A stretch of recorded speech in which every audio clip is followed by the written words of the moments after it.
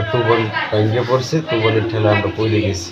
এরপরে একজন ব্যারেল লইয়া ছুটে গেছে, আর আমরা তিনজন ওই নৌকার সাথে পথ বাইন্দা বাঁচছিলাম প্রায় 2-3 ঘন্টা। এরপর ওই নৌকার সহ জাল সহ তলায় এলায় আমি বেরলা দিলা প্রায় 2 ঘন্টা বাসছি বেরলা ধরে।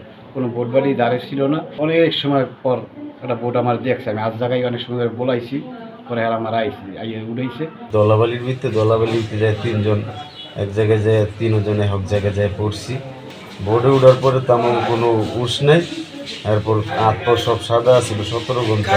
আমরা সাগরে গেছি 4 জন। যাওয়ার পথে সুগানের পাতা ছুটতে পড়ে গেছিল, 2বার ঢুকাইছি। ঢুকানোর পরে জাল মারছে, জাল মারার পরে জাল টানা হয়েছে, জাল পাকাই গেছে, জাল টানছি, টাইনে টুনে উঠাইছি।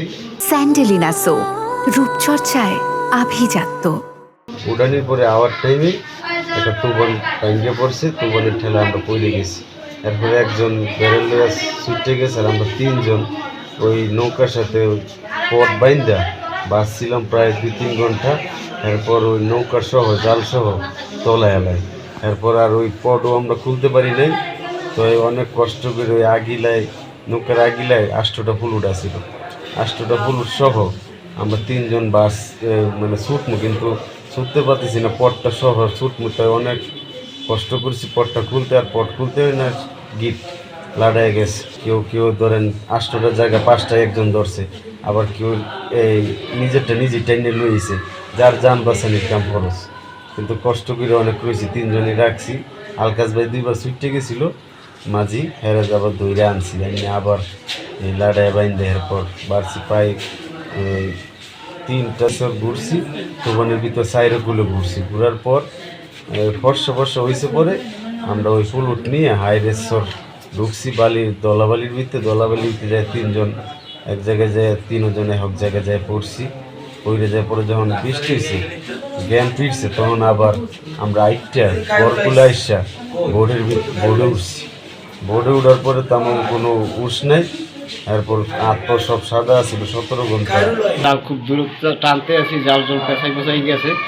দেখে আমরা জাল টাইনে ভরছি, ভরাটার পর মাস্টার সব কিছু কমপ্লিট। আর নৌকা ছাড়ার পর আমি নিয়ে পানি হেলাইতে আসি। এর মধ্যে মনে করেন পিছনে আসুক তুফান যে জাগছে, মানে ওই চাপ দিয়ে আর রাখতে পারেনি। ওই চাপের চলে একডালি হান্দা হেলাইছে, হান্দানের সরি নৌকা ঢুকিয়ে গেছে। ঢোকা পরে নৌকাটা তলাই গেছে। তলানোর পরে আমরা 4জন একখানে পড়তে মাছলাম বাসা অবস্থায়।